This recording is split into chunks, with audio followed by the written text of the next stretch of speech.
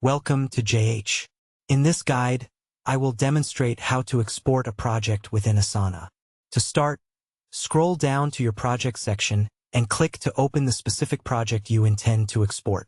In this instance, I will select Project 2. To proceed with the export, navigate to the small downward arrow labeled Actions.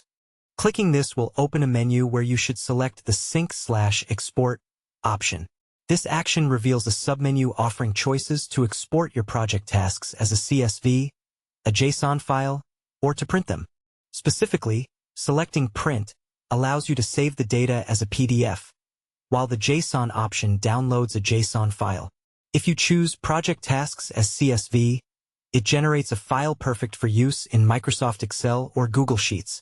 Let's select that format now. Click on Export CSV. Assign a name to your file, choose your preferred download location, and then click Save. The document will now be saved directly to your computer.